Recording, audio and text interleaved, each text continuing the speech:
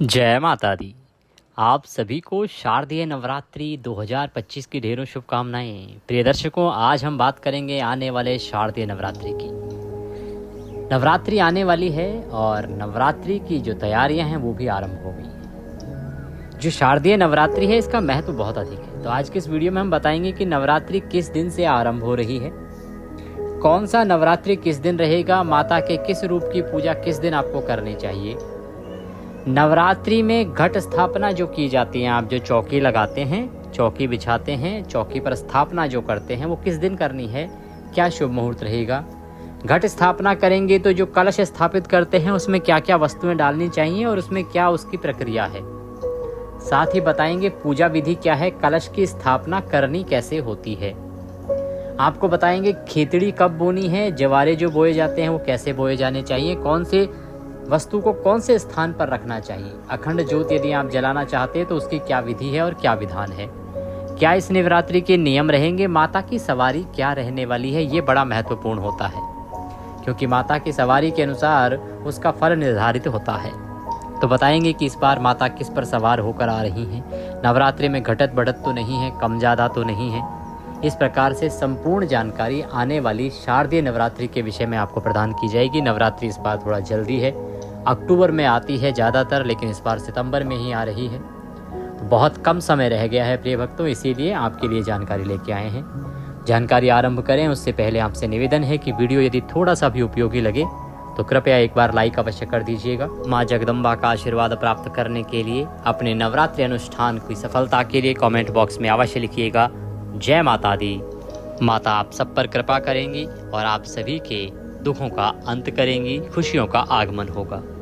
आप देख रहे हैं देवभूमि ज्योतिष संस्थान का प्रतिष्ठित यूट्यूब चैनल देवभूमि धार्मिक। हम यहाँ पर सभी व्रत और त्योहारों की सही शास्त्रीय जानकारी प्रदान करते हैं। ज्योतिष शास्त्र और पंचांग के आधार पर आपको बताते हैं कि कौन सी तिथि कब है, व्रत आदि कब करना है, क्या विधि है, क्या नियम है और क्या गलती है जो आपको नहीं करनी है। यदि आप सभी व्रत और त्योहारों की सही शास्त्रीय जानकारी पाते रहना चाहते हैं तो कृपया चैनल को भी सब्सक्राइब कीजिए और बेल आइकन को प्रेस कीजिए। जब चैनल को सब्सक्राइब करेंगे तो वहां पर एक घंटी का निशान बना हुआ आएगा, उसको अवश्य दबाइएगा, तभी आपको हमारी सारी जानकारियां और सारे वीडियो प्राप्त होंगे, अन्यथा आपसे जानकारी छूट जाएगी। आइए जानकारी आरंभ करते हैं, बात करते हैं शारदीय नवरात्रि। प्रिय भक्तों, शारदीय नवरात्रि जो 9 दिन की माता के अनुष्ठान के दिन होते हैं, ये तो आप सभी जानते हैं कि वर्ष में 4 बार नवरात्रि आती है, 2 गुप्त नवरात्रि और 2 प्रत्यक्ष नवरात्रि। प्रत्यक्ष में जब संवत आरंभ होता है अप्रैल में, अप्रैल के महीने में इंग्लिश के अनुसार, और उस समय चैत्र मास की शुरुआत होती है। तो चैत्र मास में जो नवरात्रि आती है उसे चैत्र नवरात्रि कहते हैं। उसके बाद गुप्त नवरात्रि आती है आषाढ़ में, फिर शारदीय नवरात्रि आती है जो आने वाली नवरात्रि है, जिसमें भिन्न भिन्न प्रांतों में भिन्न भिन्न प्रकार से इसको मनाया जाता है। कलकत्ता आदि जो प्रांत हैं वहाँ पर इसमें विशेष रूप से माँ दुर्गा की पूजा की जाती है। 9 दिनों तक माँ दुर्गा के पांडाल सजते हैं, वहाँ पूजन होता है। वहीं यदि मध्य भारत और उत्तर भारत की बात करें तो इन 9 दिनों में यहाँ पर रामलीलाओं का मंचन होता है। कारण ये कि इसके बाद दशहरा आता है और दशहरे पे रावण का वध हुआ था, तो इसीलिए लंका दहन के साथ रावण वध तक की जो भी कथाएं हैं वो सभी रामायण में दिखाई जाती हैं। इस प्रकार से ये जो 9 और दशहरे का 10वां दिन, ये 10 दिन विशेष रूप से पूरे भारत में हर्षोल्लास के साथ मनाए जाते हैं। इन 9 दिनों में माता के 9 रूपों की पूजा तो विशेष रूप से की ही जाती है। पूरे भारत में आप कहीं भी चले जाइए, प्रतिदिन 9 दिनों के लिए माता की स्थापना होती है। बात करें कि इसके व्रत कितने करने चाहिए, कैसे करने चाहिए। प्रिय दर्शकों, नवरात्रि 9 दिवसीय विधान है, 9 दिनों का विधान है। अब इसमें व्रत जो है या तो आप 9 के 9 कर सकते हैं या फिर आप जोड़ा करते हैं। कुछ लोग जोड़ा कैसे करते हैं कि पहले के 2 कर लिए या अंतिम 2 कर लिए, और अब तो ऐसा भी हो गया है कि पहला और आखिरी कर लिया। सुविधा के अनुसार इसको बांट दिया गया है। शास्त्रीय विधान ये कहता है कि जितने भी आपसे व्रत हो पाएं उतने आपको करने चाहिए। 9 का विधान है, 9 करते हैं उत्तम है, अन्यथा जितने हो जाएं आपको कर लेने चाहिए। माता अवश्य ही आपको आशीर्वाद प्रदान करती है। मैं घट स्थापना की बात करूंगा, खेतड़ी कब और कैसे बोनी है उसकी बात करूंगा, लेकिन जो मूल जो नियम है ना नवरात्रि के, उनको मैं एक बार संक्षेप में सार रूप से आपको बता देता हूँ। तो इस प्रकार से तो ये व्रत किया जाता है। व्रत जो होता है नवरात्रि का, ये फलाहारी होता है। फलाहारी कैसे? केवल इसमें फल आहार ही लिया जाता है, अन्न नहीं खाया जाता है, इसका ध्यान रखें। केवल फलहार के साथ ही ये व्रत आपको करना चाहिए, चाहे आप 9 दिन के कर रहे हैं, चाहे 1 कर रहे हैं, 2 कर रहे हैं, जब भी कर रहे हैं। फल आहार दिन में सुबह के समय सूर्योदय से पहले उठ के स्नान आदि करके और माता की पूजा की जाती है विधि विधान से। पूजन के बाद में माता के चरणों में मन को लगाते हुए, शांत चित्त रहते हुए भक्ति भाव से दिन को व्यतीत किया जाता है। सायंकाल को फल आहार किया जाता है।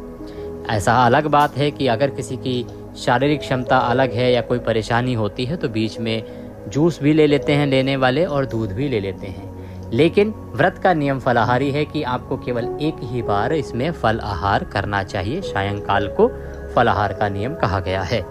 इस प्रकार से ये व्रत जो है मूलतः किया जाता है और इसी नियम से इसको करना चाहिए। अब बात करते हैं कि जो कलश स्थापना होती है, खेतड़ी बोई जाती है, प्रथम दिवसीय पूजा, उसकी बात कर लेते हैं हम। उसके बाद उसके मुहूर्त की बात करेंगे और फिर बताएंगे कि आपको अष्टमी को इसका विसर्जन करना चाहिए या नवमी को विसर्जन करना चाहिए, कब विसर्जन करना उत्तम होता है, शास्त्रों की विधि क्या है। प्रिय दर्शकों, जिस दिन नवरात्रि आरंभ हो रही है आपको सूर्योदय से पहले उठना चाहिए।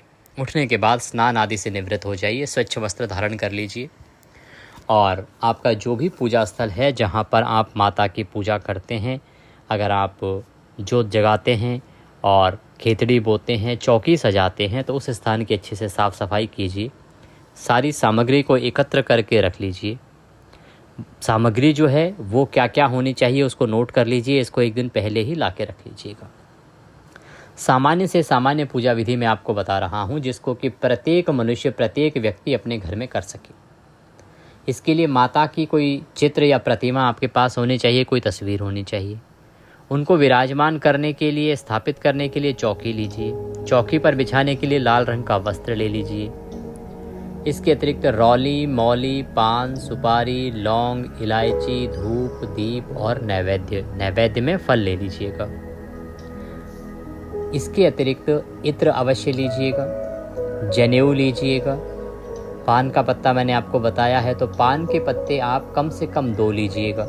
पंचामृत बनाने के लिए कच्चा दूध, दही, घी, शहद और शक्कर लीजिएगा। माता को अर्पित करने के लिए विशेष रूप से चुनरी लीजिएगा। श्रृंगार की वस्तुएं भी अगर आप ले पाएं तो उत्तम रहेगा। माता का दरबार कैसे सजाना है ये आपकी अपनी इच्छा है, अपनी क्षमता है। जैसे आप सजाना चाहें वैसे सजा सकते हैं। अगर आपको बहुत अधिक सजाना है तो उसकी सामग्री लीजिए, अन्यथा पूजा के लिए जो चाहिए वो मैंने आपको बता दिया है।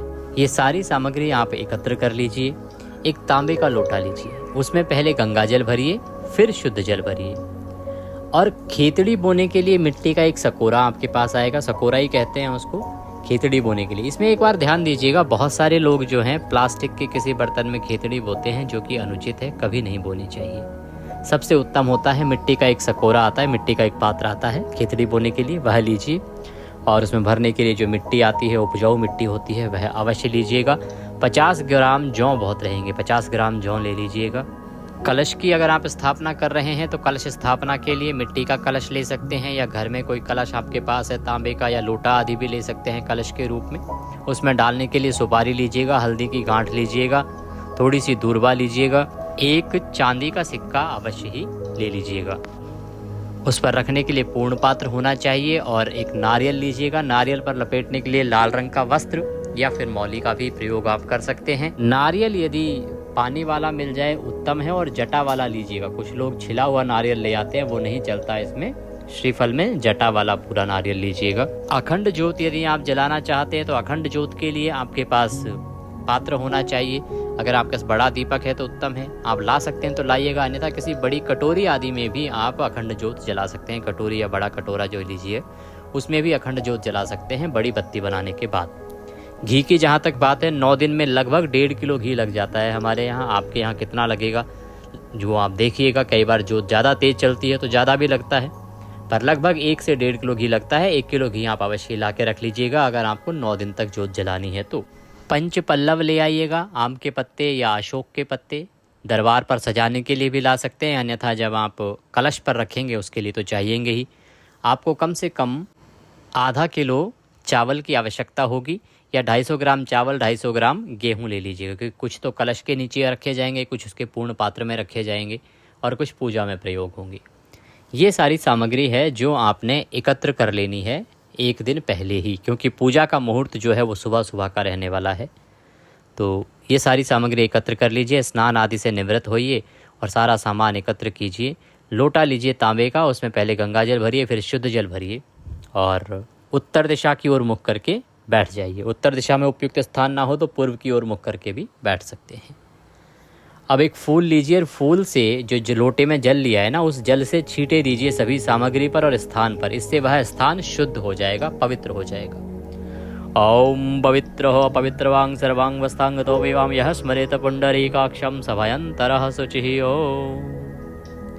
इस प्रकार से जल के छींटे देके आपने स्थान को पवित्र किया है और शुद्ध किया है। स्थान को शुद्ध करने के बाद, पवित्र करने के बाद, सबसे पहले चौकी लीजिए, चौकी को बिछाइए, उस पर लाल रंग का जो वस्त्र है उसको बिछाइए, उस पर माता की तस्वीर को स्थापित कीजिए, उनके सीधे हाथ की ओर घी का दिया रखिए, धूप रखिए और अगर आप अखंड ज्योत जला रहे हैं तो उसकी स्थापना कीजिए। कलश रखना है, कलश को रखने के लिए आप चावल से अष्टदल कमल बना सकते हैं, वो हम आपको वीडियो में आगे बना के भी दिखाएंगे। और अगर ना बने तो कोई बात नहीं, आप थोड़े चावल ले लीजिएगा या गेहूं हो तो गेहूं लीजिएगा और उसके ऊपर कलश को स्थापित कर दीजिएगा। तस्वीर को स्थापित किया, कलश को स्थापित किया और आपने अखंड ज्योत अगर जला रहे हैं उसको स्थापित किया। मिट्टी का जो सकोरा है जिसमें आपने जवारे बोने हैं, खेतड़ी बोनी है, उसको अच्छे से धो लीजिए। धोने के बाद उसमें मिट्टी भर दीजिए, मिट्टी भर के और उसको रख दीजिए। थोड़ी मिट्टी बचा लीजिएगा, क्योंकि जवारे बोने के बाद, जौ बोने के बाद ऊपर से भी मिट्टी डाली जाती है ना। ये सब चीज़ें आपने रख ली हैं। सभी चीज़ों की स्थापना कर लेने के बाद अब आप अपने हाथ धोइए, चम्मच से अपने सीधे हाथ पे जल लीजिए, हाथ धोइए। हस्तो प्रक्षालनम, हाथ धो लीजिए। हाथ धो के 3 बार एक एक मंत्र पर एक एक चम्मच जल आप ग्रहण करेंगे, जल आचमनी करेंगे। ओम माधवाय नमः, ओम केशवाय नमः, ओम नारायणाय नमो नमः। जल आचमनी करने के बाद अपने आप को तिलक कीजिए और मौली बांधिए। अब हम भगवान का पूजन आरंभ करेंगे और स्थापना आदि का कार्य आरंभ करेंगे। सबसे पहले आप अपने सीधे हाथ में जल लीजिए।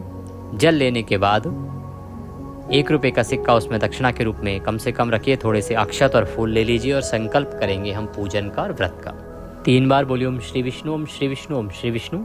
अपना नाम, अपना गोत्र, जिस स्थान पर बैठकर आप संकल्प कर रहे हैं वहाँ का मकान नंबर, क्षेत्र का नाम, शहर का नाम, आश्विन मासे शुक्ल पक्षे प्रतिपदायाम पुण्यतिथियो, आयु आरोग्यता प्राप्त्यार्थाय, सुख संपत्ति प्राप्त्यार्थाय, नव दुर्गा प्रसन्नार्थाय। प्रथम नवरात्रि दिवसस्य चौकी स्थापना, कलश स्थापना च अखंड ज्योत पूजन च व्रत पूजन संकल्पम संकरिष्ये। बोली सौ श्री विष्णु शरणौ शरणम प्रपद्ये। और वह संकल्प भगवान के चरणों में अर्पित कर दीजिए, माता रानी के चरणों में अर्पित कर दीजिए। संकल्प करने के बाद अब आप तीनों का पूजन करेंगे। सबसे पहले आप गणेश जी महाराज का पूजन करेंगे। गणेश जी महाराज का पूजन आप कलश के साथ ही कर सकते हैं, क्योंकि कलश में सभी देवताओं का वास होता है। तो जो सामग्री हमने कलश में डालने के लिए बोली थी वो सारी सामग्री पहले कलश में डालिए, उसमें जल भरिए, उसके ऊपर पूर्ण पात्र रखिए। पूर्ण पात्र रखने के बाद उसके ऊपर पंचपल्लव आप लगाएंगे पूर्ण पात्र के साथ। पंचपल्लव में आप अशोक के या पान के पत्ते ला सकते हैं। कुछ लोग क्या करते हैं 5 पत्ते अलग अलग करके ले आते हैं, नहीं, ये साबुत पूरी डंडी लाई जाती है और उसी को रखा जाता है। उसमें 5 भी आ सकते हैं, 7 पत्ते भी आ सकते हैं, ठीक है जी। इसको अलग अलग पत्ते नहीं करने होते, पूरी डंडी सहित साबुत रखिएगा। इसको जो सामग्री है कलश की उसमें डालिएगा। तदोपरांत इसके ऊपर आप थोड़े से गेहूं या चावल रख दीजिएगा पूर्ण पात्र में, खाली नहीं रखा जाता। और उसके ऊपर आप रखेंगे श्रीफल नारियल को। नारियल रखने से पहले उस पर लाल रंग का कपड़ा अगर है तो वो लपेट दीजिएगा, या तो आप मौली लपेट दीजिएगा। इसको इस प्रकार से स्थापित कीजिएगा कि नारियल का जो मुख है ना वो आपकी तरफ होना चाहिए। जब आप बैठे हैं तो आपकी ओर मुख होना चाहिए। इस प्रकार से नारियल को रखिएगा। जवारे का जो आपने सकोरा है उसमें मिट्टी भर दी है धो के आपने। अब आप थोड़े से जवारे जो जौ आपने बोने हैं ना, उनको क्या कीजिएगा कि आधे घंटे के लिए ना भिगो के रख दीजिएगा किसी कटोरी में, किसी पात्र में। इसका लाभ ये होगा कि जो खराब जौ होंगे वो ऊपर पानी के तैर जाएंगे, उनको फेंक दीजिएगा क्योंकि वो खराब हैं। बाकी जो जौ हैं उनको धीरे धीरे करके थोड़े थोड़े उसके अंदर डाल दीजिएगा और ऊपर से एक पतली सतह मिट्टी की डाल दीजिएगा, पानी के थोड़े उसमें छींटे दे दीजिएगा। इस प्रकार से आप जवारे बो लीजिएगा। अब हम पूजन की बात करते हैं। तो इसमें सबसे पहले गणेश जी महाराज का पूजन किया जाता है। गणेश जी महाराज का पूजन कलश के साथ भी कर सकते हैं। कलश देव का पूजन किया जाएगा, अखंड ज्योत प्रज्वलित की जाएगी, जो जवारे का पात्र है उसका पूजन किया जाएगा और देवी की पूजा की जाएगी। अब मैं क्योंकि सबकी पूजा विधि यहाँ बताऊंगा तो वीडियो हो जाएगा बहुत बड़ा। मैं आपके लिए पूजा विधि का अलग से वीडियो बनाऊंगा, उसमें मंत्रों के साथ आपको बताऊंगा कि कैसे आपको पूजन करना है। केवल उस वीडियो को आप चला लेंगे तो उसके अनुसार ही आप पूजन करते चले जाइएगा। इस प्रकार से स्थापना हो गई और फिर पूजन करना है और प्रतिदिन आपको 9 दिवसीय पूजन करना है। ध्यान दीजिएगा, बड़ी बात यह कि 9 दिन तक पूरी पूजा होगी इसमें। कुछ लोग कहते हैं जी हमारे यहाँ तो अष्टमी होती है, आपके यहाँ अष्टमी होती होगी, लेकिन अष्टमी का अभिप्राय ये नहीं है कि आप चौकी को ही अष्टमी को उठा देंगे, नहीं। इसका अभिप्राय ये है कि आपके यहाँ पर माता की पूजा अष्टमी को होती है, ये माना जाना चाहिए। लोग क्या करते हैं, अष्टमी होती है बस अष्टमी को ही चौकी का विसर्जन कर देते हैं, जवारे का विसर्जन कर देते हैं। ये अनुचित व्यवस्था है। शास्त्रीय विधान है माता का 9 दिन का। आप एक बात बताइए, स्वयं सोचिए, माता के 9 रूप हैं। नवदुर्गा का पूजन नवरात्रि में कहा गया है। जब आपने 8वें दिन ही चौकी उठा दी तो नवी दुर्गा का पूजन कब करेंगे? आप छोड़ देंगे क्या? स्वयं आप विद्वान लोग हैं, पढ़े लिखे लोग हैं आज के समाज में, आप स्वयं विचार कीजिए। भ्रम क्या हो गया है कि जैसे आप देखते हो किसी के शीतला माता की पूजा सप्तमी को होती है, किसी के अष्टमी को होती है, किसी के वार के अनुसार होती है, तो वैसे ही जो दुर्गा पूजा जो कही गई है ना, वो किसी के यहाँ अष्टमी को कही गई है, किसी के यहाँ नवमी को कही गई है। अब लोगों ने उसको विसर्जन से जोड़ दिया है कि जी हमारे तो अष्टमी होती है तो अष्टमी को ही कंजक बिठा दी, अष्टमी को ही आपने जवारे बोल दिए। नहीं साहब, आपके यहाँ दुर्गा माता की पूजा अष्टमी को करनी है, पर आपने अगर चौकी स्थापित की है, अनुष्ठान रखा है, तो वो पूरे 9 दिन का ही होगा और विसर्जन नवमी को भी नहीं होता, दशहरे के दिन होता है। अब निर्भर करता है, कई बार तिथि जो है नवमी वाले दिन ही दोपहर बाद आ जाती है तो उस दिन हो जाता है, अन्यथा वो अगले दिन होता है। इसके विषय में पारण की जब जानकारी मैं लेके आऊँगा तो उसमें आपको विस्तार से समझा दूंगा। पर ध्यान रखिएगा कि चौकी जो है वो पूरे 9 दिन आपके घर में पूजित होगी, 9 दिन आपने पूजन करना है। अब जानते हैं कि आपका जो प्रथम नवरात्रि है वो किस दिन से शुरू हो रहा है और बाकी जो नवरात्रि होंगे वो कब कब होंगे, कौन सा नवरात्रि कब कब है। प्रिय दर्शकों, जो नवरात्रि की शुरुआत हो रही है, ये शुरुआत हो रही है 22 तारीख से।